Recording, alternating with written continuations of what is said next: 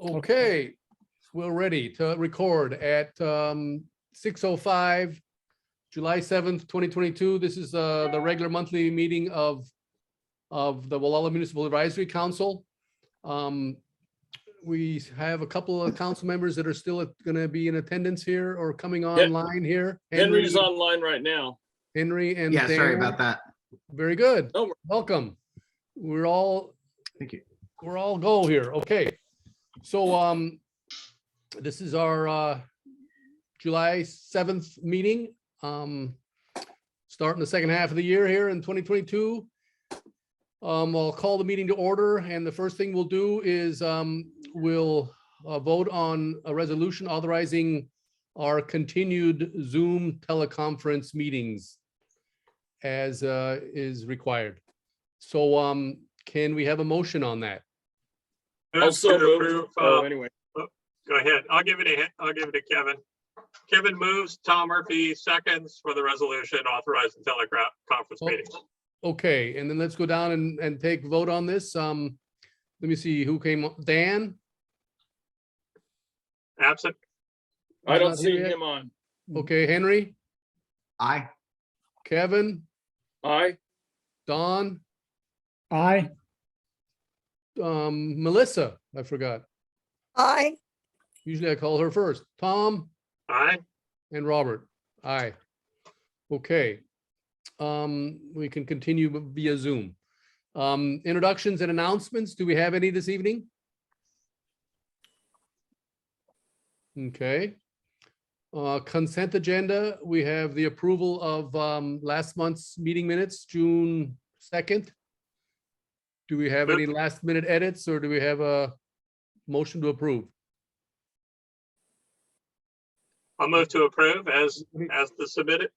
Tom, okay, a second on approval of last month's meeting minutes, Second. second by Henry. Okay, let's make a voice vote again. Melissa, Aye. Dan's not here yet. Henry, Aye. Kevin. I was absent. Oh, yeah, that's right. You were absent, so you abstain, right? Yes. Don, Aye. Tom, Aye. and Robert. Aye. I called you, Melissa, didn't I? Yes. I did call you. Okay. You've got all that, Mary? Yes, sir. Okay, Thank you. very good. We have no correspondence whatsoever this past month? I guess not. Okay, then we'll move on to approval of our agenda tonight, July 7th. Robert, I have an addition to the agenda. Okay, I would like to add an update on the All-One CDP 2021-0052. and which one was that again? All The one? All-One, ALWAN. Okay, so we'll make that after the two THPs. Is that all right? Whenever you want to insert it. Okay, all one. I don't have the numbers on it or anything, but I remember that was the one by the white schoolhouse, right? Right, 2021-0052.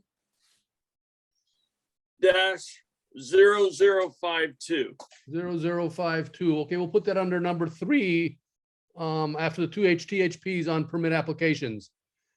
Okay. Are there any other edits or amendments to the agenda? Okay, then as amended, can we have a motion on approving tonight's agenda? I move to approve the agenda. As amended, okay. Do we have a second? Second. Second by Tom. Okay, let's do a voice vote on the amended agenda. Melissa, Aye. still no Dan. Henry, Aye. Kevin, Aye. Don, Aye. Tom, Aye. and Robert. Aye. Who was it that moved that, please? Was it Mr. Hess? Yeah, I did. Yeah. Mhm. Thank you. Okay, so then we move on to public input on non-agenda items. Anybody in the audience? Anybody from the council? Anybody as a citizen? Okay, so I guess we'll move right into law enforcement report. One of our favorite items every month. Okay. Can we hear from whoever first, Sheriff, or? JD, why don't you go ahead and start with the JD? stats and then I'll. Okay. Thanks. All right. Good evening. I hope everybody's Independence Day weekend was good. Your report for the Wallala area for the last 30 days.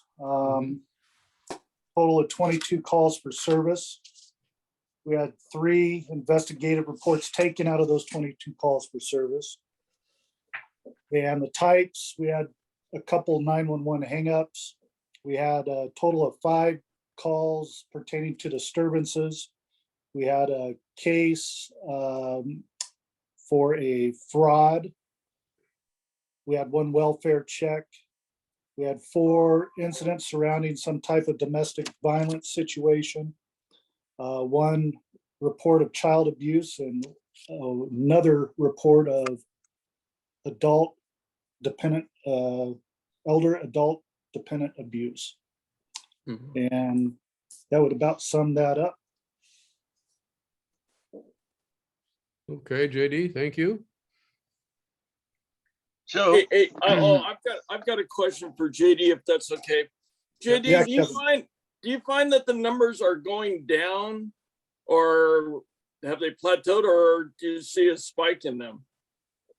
For the Wallala area, I think 22 calls per service is on the low end. I think we usually average about anywhere from 30 to 40 calls per service down there in a 30-day period. And, you know, some of the stats that I don't give out of this, I give stats for calls for service. I don't give stats for activity, but I see consistent activity for security checks and stuff like that from deputies down there. So, which is definitely more than in the past years, and it's consistent. So I would definitely contribute, you know, deputies being down there, deter things that have happened in the past that aren't reoccurring so often. So, but to answer your question, Kevin, definitely on the low end. Well, we appreciate all your efforts, to you and the sheriff and all of your deputies. We like to see that trend going downward. Share the same.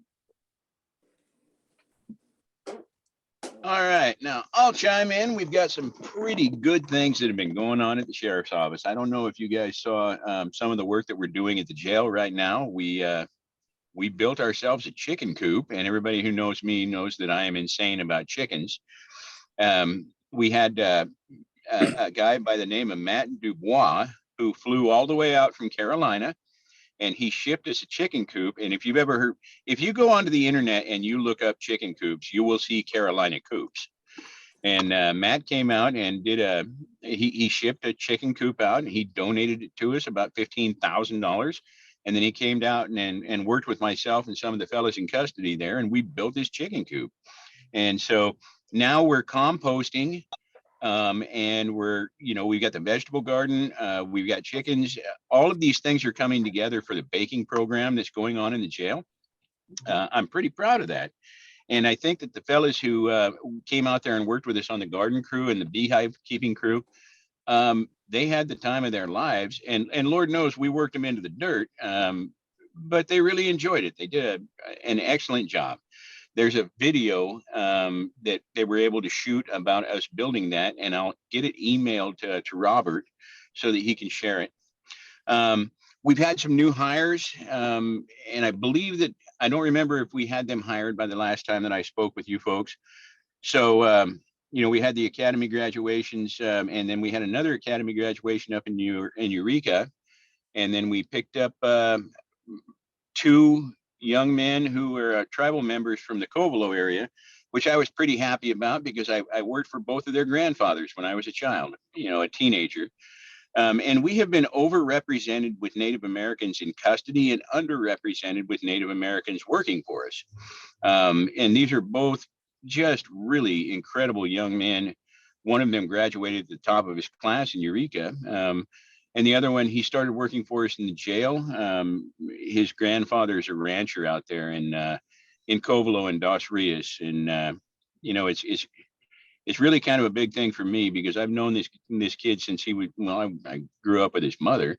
So I've known him since the day he was born, and he's just an incredible young man. He served in CalFire and the Laytonville Fire Department. He's an EMT. He's a really good addition for us. Just a couple of other things. Wildfire. It's on our minds right now. And we've seen these areas that historically did not burn. They are burning now. We had, a couple of inches. Well, excuse me. We had a couple of days of rain. I think that we wound up getting about a 1/4 inch of rain up north in the Govelo area. But we had a fire the other night that was started by a faulty electrical wiring, and it ran up a hill. And it was basically almost raining on it at the point that it was burning. And so I spoke with my brother about that, and he said, Luke said the fire conditions, we've been lucky. We've had this cool, moist weather, but we're still having a lot of fires across the state of California. So please, I know I'm beating a dead horse here. Let's get the information out. Everybody be super careful right now. Even on the coast where they used to talk about those microclimates, well, it won't burn. The relative humidity is too high. Well, baloney. Every place will burn in California now. Mail thefts. When we start having more tourism pickup and things like that, please pick up your mail every single day. And if you can't, have somebody pick it up for you. Like JD said, our self-initiated contacts on the coast and the South Coast are way up because just about everybody that we've hired lately wants to go to the coast. It's a beautiful place. I think that our little secret may have gotten out, and the Mendocino coast is probably the greatest place on earth to live. And so we've got a lot of deputies who are asking to go over there at the time that we're hiring them. Those contacts during the day, at night, just having the patrol cars out and about down there are lowering the call volume because it's like anything else. You can pay for it now or you can pay for it later, but when you pay up front, you don't pay interest. And so the more patrols and the more contacts that we have down there, the less calls for service that we will get because we're out and about doing the things that we should. And so as our numbers start to come back up, I think that we're going to see calls for service drop. Self-initiated activity always kind of changes that for us. And I think we're doing pretty well on the coast right now.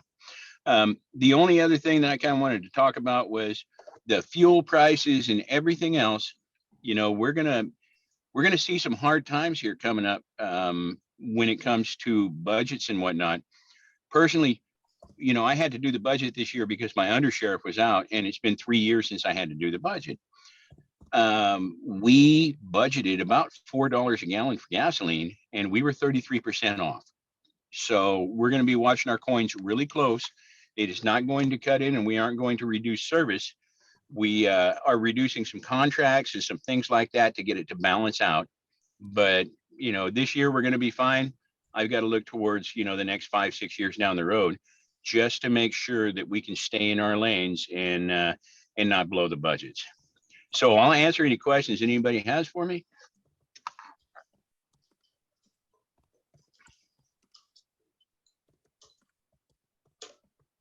Yeah, Sheriff. Number one, glad to hear that you're doing some things for the inmates and to keep them busy and productive in terms of, getting outside and doing some gardening or, working with this chicken coop. I think that's great.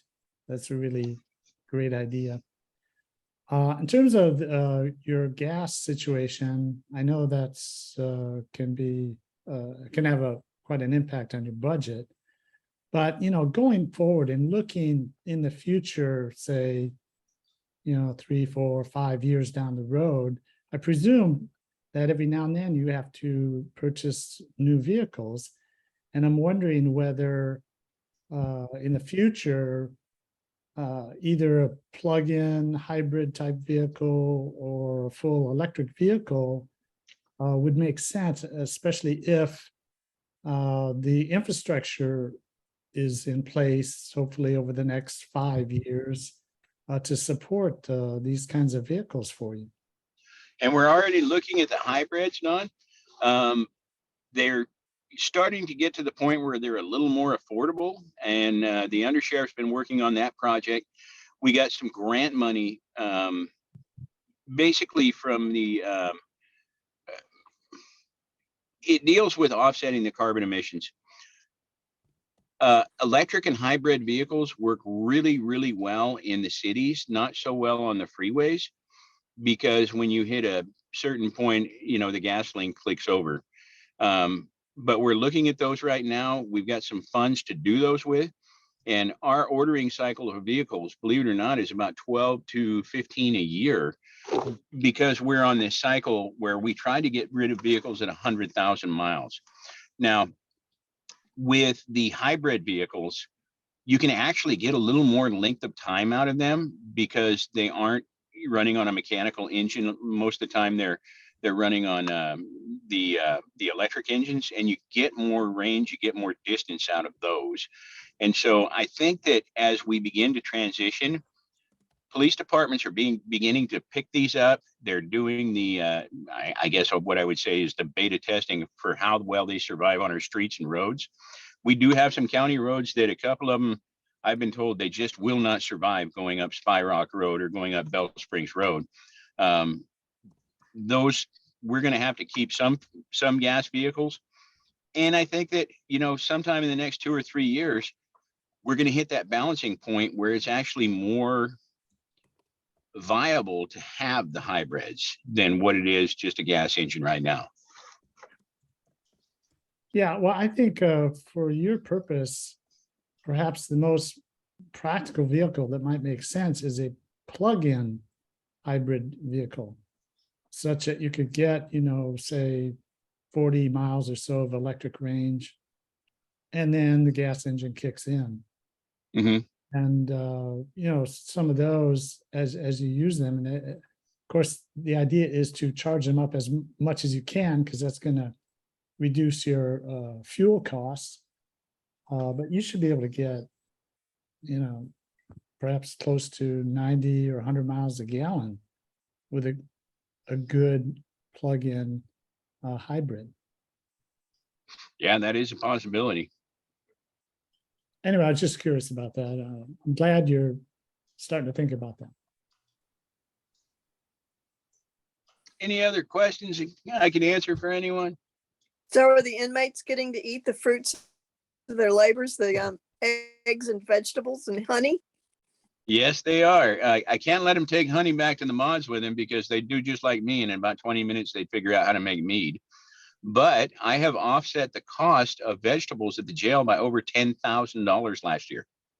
Whoa. And the food that we are producing is just dynamite. I mean, it's incredible. Fresh fruit, fresh vegetables, fresh eggs, and then we're composting all the chicken waste and everything else. Plus, we're feeding, you know, the turnip tops and the greens right back to the chickens. And so, you know, it kind of completes this big circle where everything is getting a lot more sustainable. And those guys just love going out and working in the sunshine. I mean, they really enjoy it.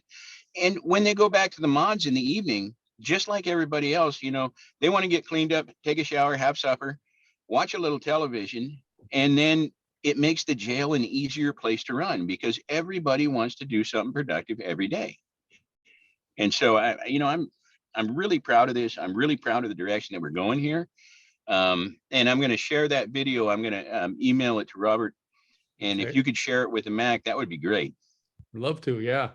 Anything to do with chickens, I'm all for it. I haven't kept chickens in years, but my vegetable garden out back is a great joy to me. I'm getting strawberries and lettuce and peas already. Well, I've got a great big strawberry patch, but my great niece and nephew came over the other day and they kind of cleaned me out. Yeah. Yep. We have a bunch of raspberries, but I also have a toddler, so I've had like 4 of them. So. Yeah. But right. I just want to reiterate, Sheriff, it's your just evident passion for this and enthusiasm for it, for doing these things at the jail. It's really great to see. I know not all sheriffs are quite as enthusiastic about that element of welfare for the jail population. It's really great. Well, we're seeing some really big improvements right now. And you know, what it really comes down to is creating opportunity for people before they, you know, get out. And the whole world needs to realize that 99% of everybody who gets arrested will be released when they serve their time. And so do we want to create opportunity for them while we have them in? Or do we want that cycle to keep repeating itself? And, you know, if suddenly everything turned for the best and I lost 60% of the jail population, I would have enough personnel in there to adequately run it all of a sudden, you know. If somebody called me up and said, sorry, we're out of inmates, we would all jump for joy and feel like we've done a good job. And you know, I think that's something that we need to work towards. I think it needs to be a goal. I know it is for me. It sounds like your program increases their quality of life, and they can't be but better persons. We're all better people when we increase Yeah. our quality of life. Well, and the other nice thing about it is the garden crew has become the pinnacle of where people want to work. And so the garden and the kitchen, and these guys know that they've got to be on their absolute best behavior. They're absolute gentlemen the entire time that they're working there. And the females also go out and work with the female garden crew.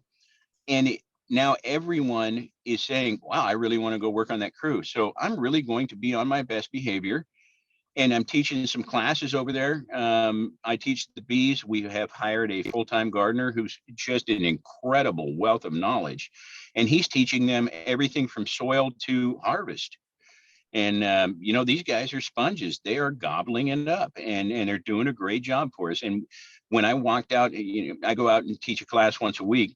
When I walked out into the jail yard, it was just absolutely gorgeous today because, you know, we're starting to see the fruits of our labor. We really are. And I don't know. I think that it's a real positive thing, and we will continue this forward. And it will become that stepping stone that a lot of people need to go do something just a little different than what they'd been up to. This just sounds so great, Sheriff. It's got to be just uplifting for these inmates too. I wonder, is this model of yours, or is this a model that is also happening elsewhere? I wonder. No, we're kind of on the cutting edge right now. Okay. But I hired a young lady by the name of Kate Fagan, who's a restorative justice manager, and asked her, because, you know, this is not the world that I grew up in. You know, I was a young corrections officer 32, 33 years ago, and we dealt with care, custody, and control. But we need to put that fourth piece of correction into it. And so I hired her to push me in the right directions to really, truly get corrections back into corrections.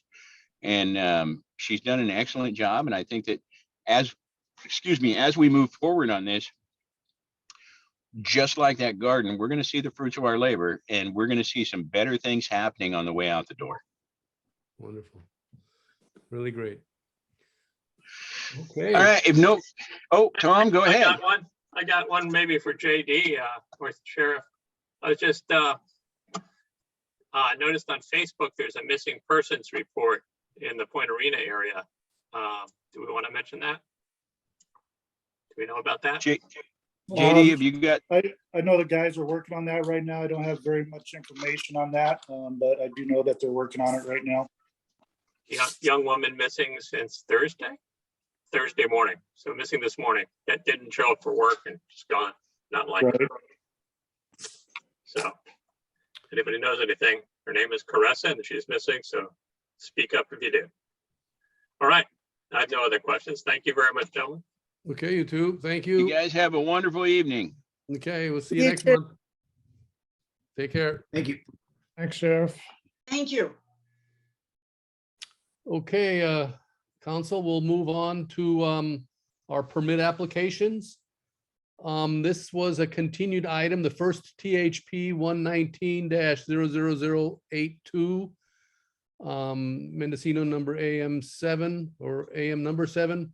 The Morrison Gulch one that we talked about at the June meeting, and then we said we'd table it and address some further issues, if any, at our July meeting. Hey, Robert, I have a question before we move to that. Do we want to give Travis an opportunity to share any updates with us before we go on to that? We could. Is everybody in favor of that? Rather than have him sit through our meeting, I think Yeah. if he has anything Yeah. great to share. Travis, go ahead. You've got the floor. Thanks, Kevin. I have a couple things. One of them does relate to something you have down in item number 7 with the electric vehicle stuff, not for Walla specifically, but the county did get our award for the charging stations that we had applied for. We got the full Oh, amount we good. asked for. And that'll be, I think it's 14 charging stations at the main county admin center and 2 at the Yokeo Center. So they gave us a little over $650,000, which was the full ask that the county made. So that's good news just generally for the county. And Yeah. Yeah, that's great news, Travis. Glad to hear it. yeah, Do you know about that already, Don? Yeah. Okay. Great, Travis. yeah. And then the other bit of news I have from my division is, so we were also awarded a Prepare California Jumpstart grant by Cal OES, which we got the second highest award actually in the state. It was just under $1 million, and it's going to fund a grants management unit for the county it'll be supporting any county department that needs grant management, grant applications, and we've got funding for 5 years for that. So we're hoping that that's going to help us get additional grants and things that we need in various areas around the county. And we're a few months away from actually hiring anybody. We just got that award last week announced, but we'll be doing some like listening sessions in communities around the county to kind of see what needs are down the road and sort of gauge what kind of projects various communities are interested in having us pursue, and what kind of grants to go after. Well, That- Travis, will the county then be able to use this grant money? Obviously, they're going to hire some people, right, to sort of apply for grants. I'm wondering if they at some point could also help with securing funding for an EV charging station in Gualala, for example. When the state announces the grants that will be available using the federal money from the Infrastructure Act. Yeah, so that would be something that this grants unit will be able to help with. That's what we're pretty much looking at, is having a dedicated grants unit, because we do some grants work within my division right now, but it kind of takes away from some of the disaster work that we would normally be doing. So this will put dedicated people in those positions to look for other funding sources and grants to go after for other projects that aren't quite as disaster recovery related, but are still important for various communities around the county. So something like an EV charging, EV charging for Wallala would definitely be something that this new grants team could work on. Okay. What great. about a water reservoir for Wallala? It's a possibility. I mean, we can look for money. There's a lot that that the state especially is going to have for water related projects. So that's definitely something that we can be looking at too. I know the water, I think we should hear more about some of the county's plans for the water agency and what they want to do with that. I think at the next board meeting, I know that some of the supervisors were supposed to be looking at what they wanted to do with that and where they might find any funding for it. But this team, if there was other grants that we could go after, we could definitely going after like grants specifically for those kind of projects now that we got this funding. What would be good That's to really great know news. is I know that if, was once the county gets this money and hires the appropriate personnel to staff this area of county government, it'd be nice to know how to interface with them. How to direct their energies towards a project that makes sense for, say, Wallala.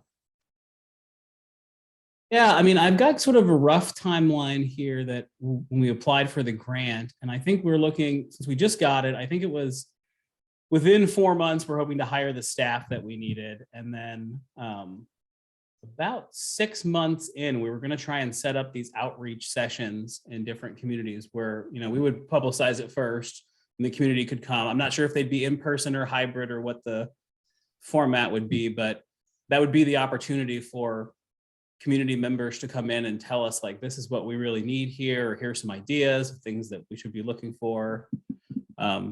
So we are planning on making this an interactive process with the community and like really trying to hear what people actually want and what they need, so that we can make sure that we're applying for grants that, you know, are actually going to be very beneficial for all the, like the whole county. It's not just going to be Ukiah or things like that. We want to spread this so that it gets to some of the more outlying communities.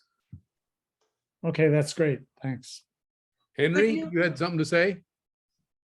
I was just saying that it was great news because I know that was a sticking point at the county budget meetings, was some bootstrapping problems of not having the money to get more money in the form of grants. So that's really great to hear that that's coming in. And then I was just going to follow up with basically Don's question of how do we interact with that? But I think Travis answered that. So thank you. Okay. Yeah, I mean, in addition to the outreach sessions, I mean, I'm going to continue coming to all these meetings. So if you ever need to get some information to them or from them, like, you can always run it through me because they're going to be working with the same division as I will. So I can be a bridge as well. Hopefully you at some point there's a please- formal sort of process as well. Could you please say the grant and from where it came slowly so that I can get it correctly into the minutes, please? Yeah, so it's a Prepare California Jumpstart grant.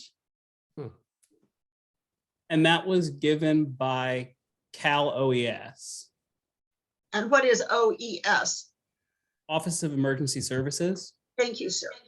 I appreciate that.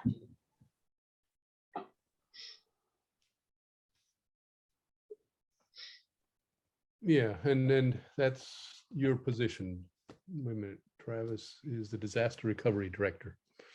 Anything else from Travis or any questions of Travis? Any further questions or input? Okay, is that all you have to tell us then, Travis, or anything else? Yeah, that was all the big stuff. Okay, Thank you, Travis, so much for keeping us posted. okay. And then we'll stay in touch with Travis too regarding grant information. Okay, so then let's get back to our permit applications. Tom, I personally didn't do anything further on that THP. It's kind of a moot point. We, as ordinary citizens, we can't possibly have the expertise on some of these items, and I don't know what else we can do, especially after it's already gone through. But what else would you maybe have to say on this one? Yeah, I don't really have a lot more to add. I did invite the applicant to come speak to us tonight, and he's not here. My understanding is that from the CDF that this was already approved. However, I have noticed there's some additional filings on it this month from the Coastal Commission. So maybe it's not quite done yet. I don't really know the status of it. And I did not have a chance to follow up with the Coastal Commission. So I can't really say I have anything more to say on this than I did last year. We know where it is. We know what it is. It's a large project. It will have an effect on the creeks up there. It's on the edge of our territory. And I feel a comfort in the idea that the Coastal Commission will take a close look at it.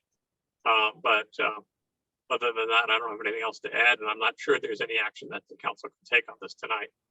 No.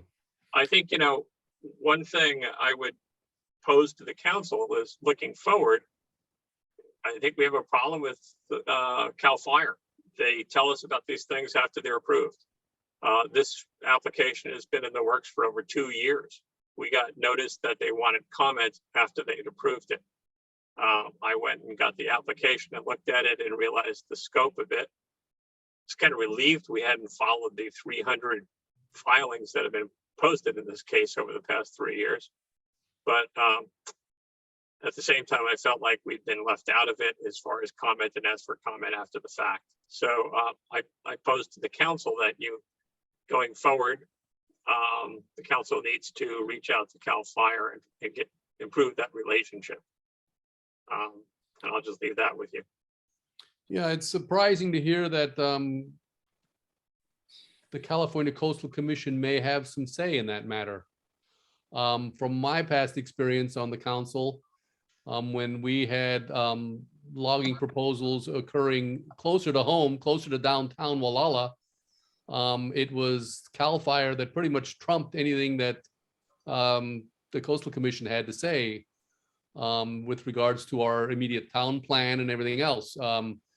I'm talking about logging that was occurring east of town, of downtown here, and we really vehemently tried to have some say in that matter, and we were pretty much shot down at that time because California Coastal Commission couldn't do much with regards to CalFire's ruling on these THPs, nor did we have any opportunity to give much input.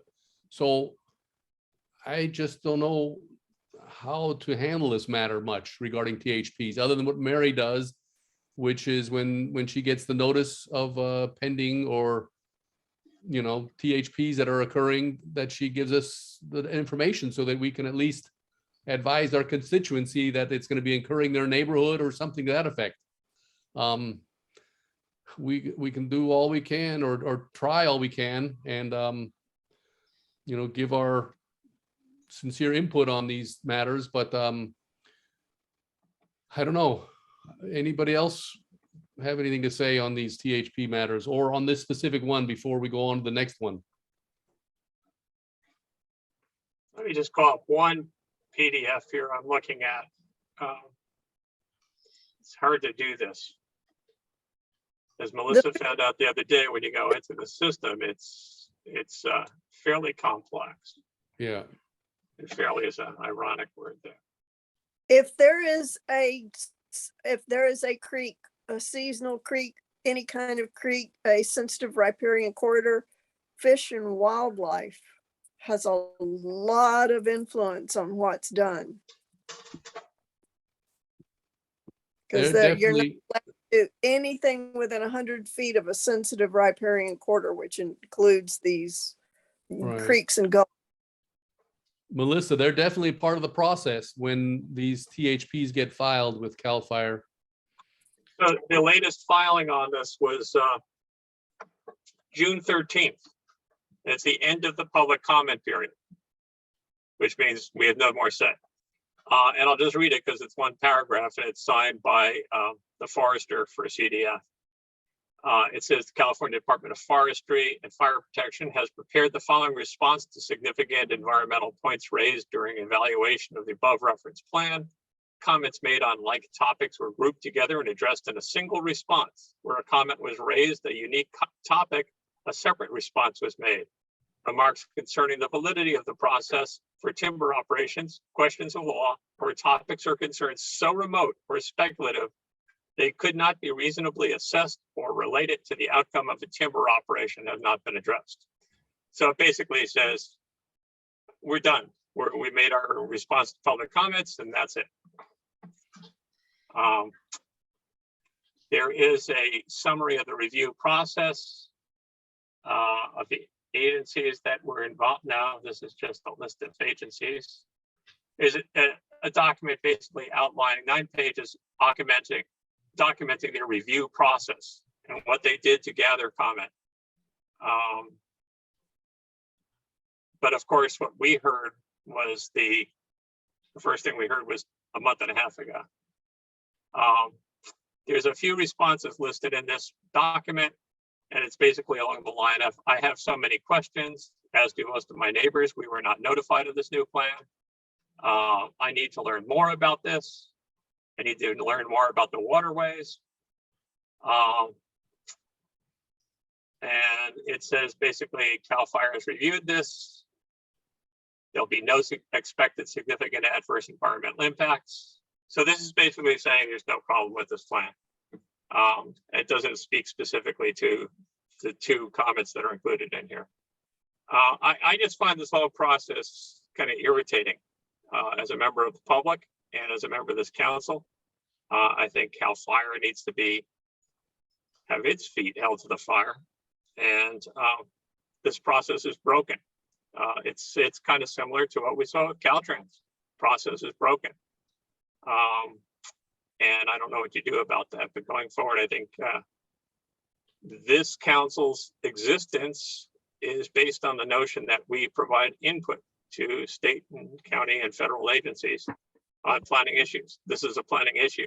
You guys need to kind of come together and talk to CalFire and say, your process is broken. We don't approve of this. And we advise you to fix it.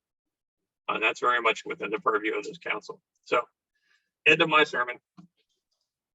Okay. Can I ask a more general question about these things? Oh, sorry. Go ahead, Henry. Oh, Sure. Has there been a time on one of these where the council has had input into the process that seems to have had an effect of some sort? No. Well, the most recent, very controversial THP was the Dogwood THP, where it got a lot of people involved because it was in some of the lower reaches of the Wallala River, and within the Wallala River floodplain, you saw that the local Wallala River, not the watershed council. Friends of the Friends of the Wallala River, thank you. And also others got very involved on that.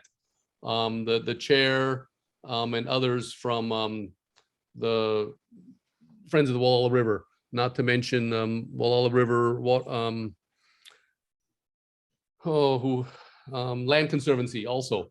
And that resulted then in a purchase of the 112 acres that are on the south end of the town and on the riverfront. But they were looking to preserve more of the river versus the Dogwood THP going ahead with.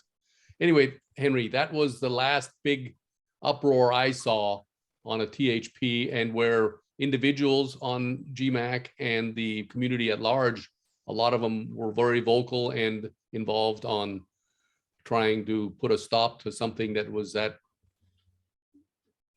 close to their hearts, the Wallala River, because it was a Wallala River floodplain type of a logging plan.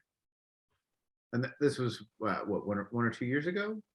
This has been, Don might help me out on this a little bit, but this has been within the last couple of years. Yeah. Yeah. So, okay. So there has been at least some use for GMAC reviewing these things. Mm-hmm. I think. Yeah, I mean, just as background, it's only been 3 years. I believe it was my motion 3 years ago that we start reviewing THPs at GMAC. Prior to that, we never had. We bring them up. Typically, we get notice of them just as they're being approved. We've never heard back from CalFire on anything that we've sent them. I know because I've sent some of those letters and never hear back from them. And I've never seen our comments included in a final review. Like this thing, it says, these two comments they got, it says the regional forester went back and looked at them and we found no problem. And so we're ready to move ahead with this. I don't find that a satisfactory response. I think there should be a public hearing if there's a THP in the area, and give people an opportunity to ask questions, get answers, and let the agency know what they think of it. I think GMAC tried to jump in here and help, but I think CalFire is basically just blowing us off. Well, we need to interact with maybe the Friends of the Wallala River more, because they kind of take charge on those issues. And if there was somehow a liaison we could create with that agency and talk about it more on our level, I think it might be a solution. I've been saying that for over a Yeah. year. You have, We need to Melissa, yeah. We need to drag someone from, we need to request someone from Fogger to come speak to us when there's a THP that affects our area and our waterways. Yeah, and then I wonder how we, as an advisory council, we give, recommendations and what we can do to help. Maybe would help Fogger if we were able to give some kind of input. We advise and recommend. That's our job.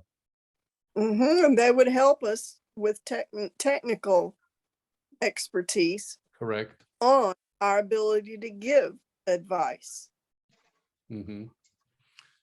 Well, I think Mary. Robert, I think I've Mary got something has as well, but comment. Mary keeps. Mary, I didn't catch that. Sorry, Mary, go ahead. That's quite all right. As a local citizen, inputting to this, why can't GMAC voice its displeasure with CalFire, ignoring them in a letter to the director of CalFire in Santa Rosa, saying that this THP was completely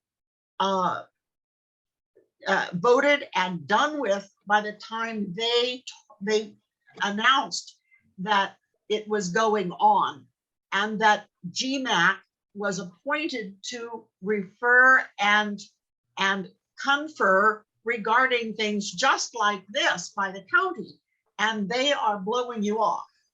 And they need not to do that so that you could hold a public meeting and report to them and have it online so they can see it and have many people input it. And if you expressed your opinion in a letter, it might help your situation. I don't know. It might not. They might just put it in the wrong file. But at least you could express your displeasure with them, and you have every right to do so. And it's in your purview, and you're appointed by the county to do just that and report to them and the Coastal Commission and the Wildlife Department.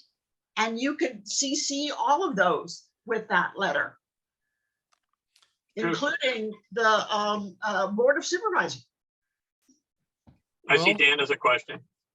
Dan, hi there. Yeah, Robert, would it carry more weight if since we're adjunct to, or in some way, draw authority from the County Board of Supervisors, if that letter came from the County Board of Supervisors to CalFire saying, hey, these people are our eyes and our ears down in that corner of the county, and if you've been pulling end runs around them, you shouldn't be doing that. Maybe that's a question we should ask our supervisor, Ted Williams, if they can write that letter for us. Yeah, 2 letters, one from the BOS and one from you guys would be great. Mm-hmm. I think the letter should be copied to state representatives too, our assemblymen and state senator, and perhaps to the governor, and just say, we think this process is broken. Yeah.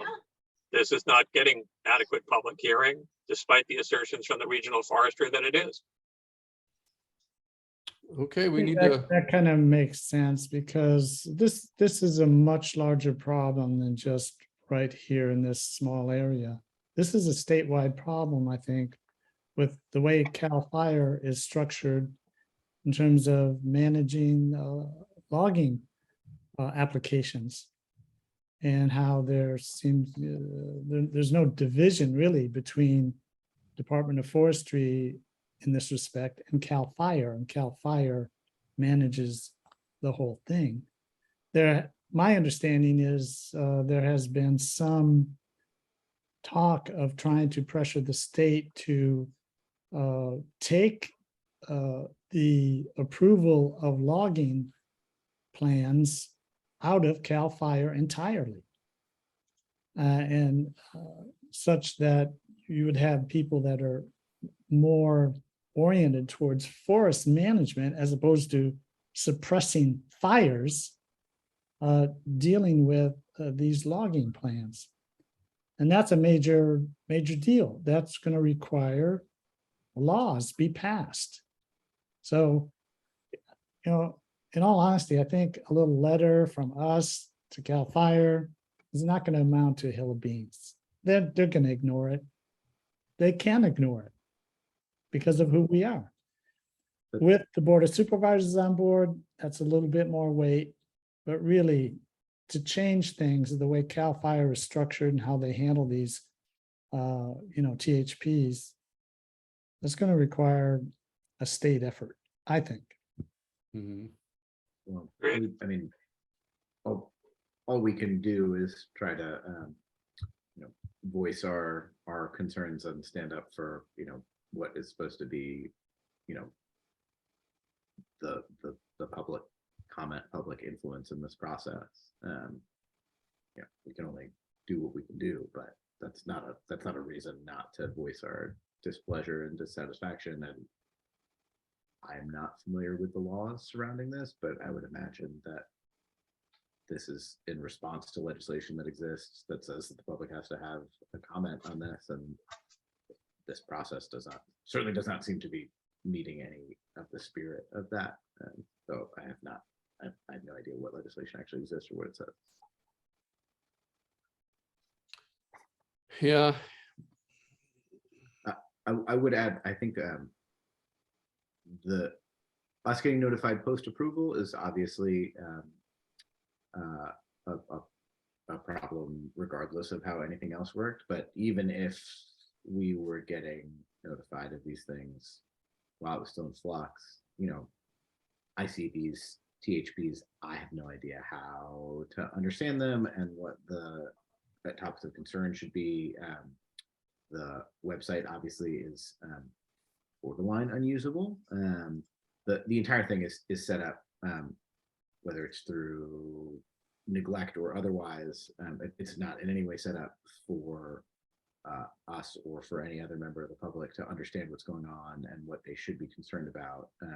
Presumably for each of these, there is somebody within state government, somebody at CalFire who has looked into it in more detail and actually understands what's going on. And I would think that this process, as long as it's self-serve from the public or from members of GMAC, who after all, are not full-time employees of GMAC, obviously, it's unreasonable for us to try to understand what the ramifications of all of these are. And in my opinion, how it should actually, what would make more sense would be for somebody from one of the agencies that is professionally reviewing it, has the expertise and has the time to review these things, to make themselves available and not just answer questions where we presumably don't even really know what the right questions to ask are, and which of these are trivial or which of these are serious, to tell us, here are the things that are topics of concern and let's discuss the details of those, as opposed to it being something where, oh, nobody knew that this was a big deal, so nobody said anything, so it happened. There are two things that we can focus on, Henry. One, water. Timber harvest THPs that are going through sensitive riparian corridors. Yes, any of us has enough expertise to address that. And another, slope. What's the slope of being clear cut? And what's the slope of being cut so thin that the next rain is going to wash half the soil away? Those are two things that any of us can address. and there I are a personally lot of other things that if you were to talk to the timber operators or the landowners who do these timber operations, they would claim that they have so many hurdles and so many regulations to go through, whether it's the issues that you and Henry just brought up, Melissa, or botanical, biological, setbacks from the gulches, all these things that they claim that they have to, all these hoops that they claim they have to jump through to even harvest a little bit of their tree stock. I don't know where to draw the line, I guess, where we come in, what our role would be, other than to be able to give overall comments on things that maybe pertain to our Wallala town plan, things that are in there that we look, critical resources that we look to preserve in this area, like water and ESHAs, environmentally sensitive habitat areas. I agree that those are the kind of things that we should and could have input on. And so if we're not alerted or not told about these plans, where they are at least, that's not helping us do our jobs. Correct. So I don't know, there is an inherent issue there. I've heard these things over the years many a times that, oh, it's CalFire that's kind of working in cahoots with the landowners. You hear all these things, and then I go, well, why? How can I lend some expertise when I don't have it? I mean, most of us are just ordinary citizens that we don't have, like Fogger does, like these other people that study these timber harvest plans because of their agency, because of their organization. We almost got to invite these kind of people in our town that, like you've said before, Melissa, that really follow this stuff. We're following other things more related to planning, more related to development proposals. So THPs being brought to our attention is one more thing that we have to deal with. But like Tom said earlier, you know, we asked for that 3 years ago or whenever it was that we started asking for to be notified on these THPs. So I agree, we should continue to be. And Mary's done a good job of that, continuing to let us know which THPs have been filed. So we've got to decide as a group how to go forward with this. Tom? Yeah, I'd like two things. One, I want to draw a little comparison here to Caltrans and Streetscape, which I have intimate relationships with. There's a similarity here and a dissimilarity. Caltrans has a similar process. They're supposed to go out, solicit comment, review the plans, look at all the details, look at all the applicable laws, and see if the application applies. But they're the applicants, and they're fulfilling their own need to gather comment. Here you have an independent forester who's coming to a state agency. The state agency has an obligation to review this. They have experts on staff to look at these things. However, this agency, it appears, is slanted towards helping them to exploit their resource and not so much to gathering input from the public. Caltrans does a good job, well, they do the required job of going out and asking the public for comment. That's why we've had 3 public hearings in 3 years for Streetscape, and they're proposing a 4th. But CalFire, I've never heard them say that they're going to have a public hearing to explain what this application is, who it affects, and and to gather comments on what people think about this. And yet they're required by law to do so. This letter I just opened up and read says that they only had 2 comments from local people, both of whom sounded very concerned, and they kind of blew them off. So they didn't list who they notified. They didn't do any of the other things that normally I would expect an agency to do. So I think this process really needs to be reviewed.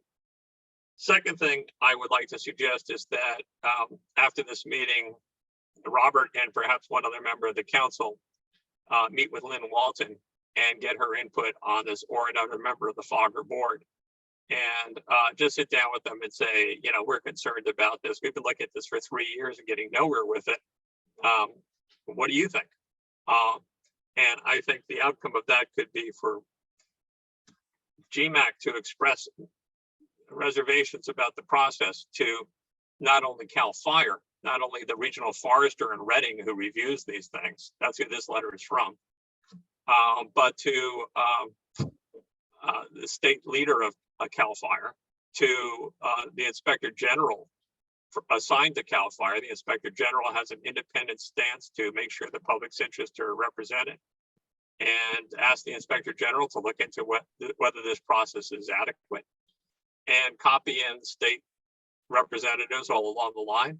Talk to our allies in other counties, other MACs in Sonoma, in Lake County, our neighboring counties, Humboldt, Del Norte, and gather some force here and raise this issue as to whether this process is adequate or not. I'm sure other environmental groups besides Fogger would be interested in participating in this, and I think GMAC could gain a lot of ground with that. So maybe after 3 years of trying to keep up with these THPs and looking at them and make a comment and being ignored, we can make a little bit more noise, develop some allies, and have a bigger impact that way. And just say, we don't think that it's adequate right now. So that's my suggestion going forward. And it would start with probably a meeting with Lynn and see where it goes from there. Okay, good suggestion.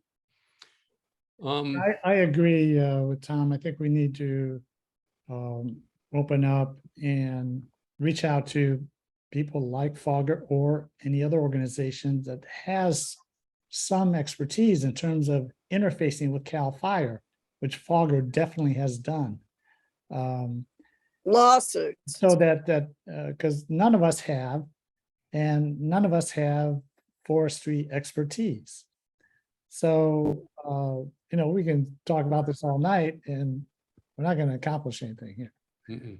But I think if we had some more information from individuals, organizations that have interfaced with CalFire directly, whether that's through any type of response they had or through lawsuits that have been filed. We know there have been lawsuits filed to try to stop some of these logging plans.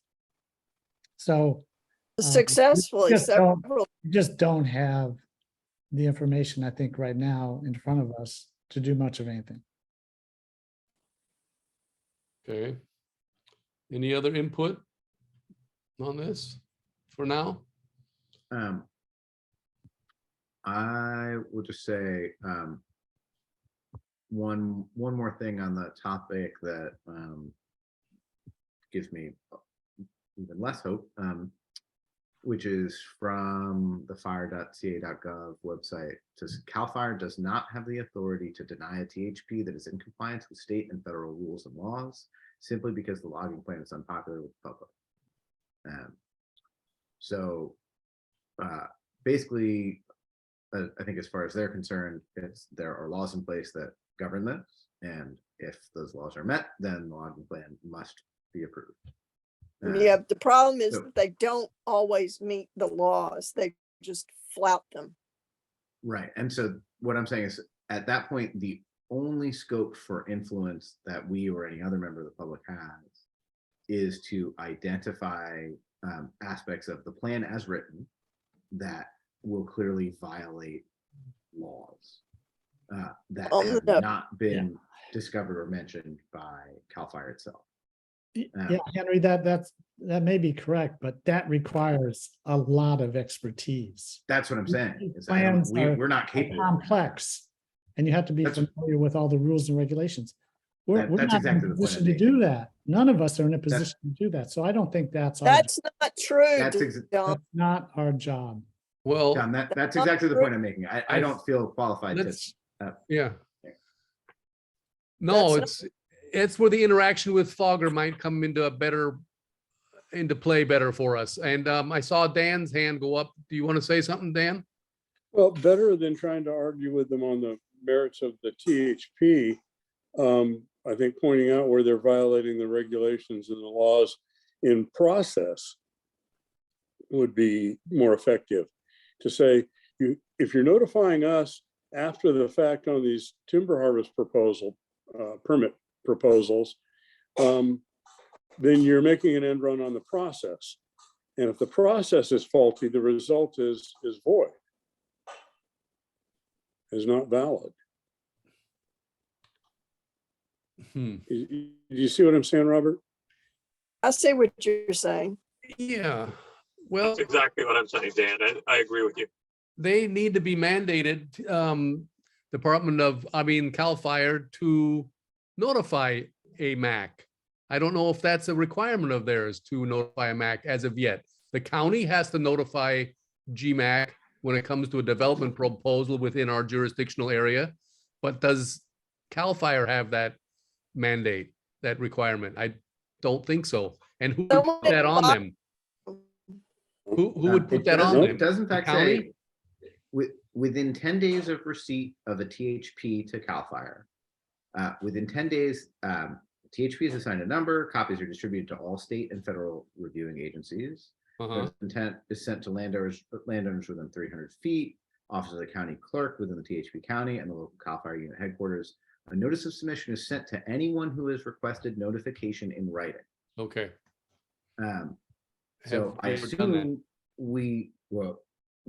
if we requested that because we requested from the county that they send us THPs. No, I Right. requested them straight away. Every time they ask if we want to be on their mailing list, it is mailed back to them within 1 day. I fill out their Exactly. form and it goes back to them. And we've been receiving information on forestry for 10 or 12, 14 years. And and GMAC has responded to several THP notifications and has held THP meetings regarding those notifications in the past. Yet on this So- Morrison Gulch one, we were not for some That's reason. correct. So then this is a violation of process, as Dan said. That's And why? they committed. We were notified of it, but when I went onto the site and asked for help from CalFire to find this application, this site is incredibly complex. And I've It been is, working on yeah. computers for 40 years and building websites and all that kind of stuff. This site is a mess. It's really hard to find things. Yeah. So I went to their help person. He was very helpful. He led me to the latest documentation. And in the process, he said, you know, here it is, but I got to tell you, this has already been approved. So I came to last month's meeting with the verbal notification that this is already a done deal, but I gave you the information on this anyway. And these letters, you know, that I'm looking at now look like they're going through the steps that they're required to by law to say, yeah, we looked at these complaints and there's nothing to them. But I agree with Dan's assertion that, you know, really there may be, the thing to look at here is whether they're following process. The impact that we could have in comments are basically, we're allowed to comment broadly on any planning issue. This is a plan issue. It may have an effect on air, water, animal life, anything in our area, including tourism or anything else. We have a right to comment. In addition, Walton should set up something with county folks and just say, yeah,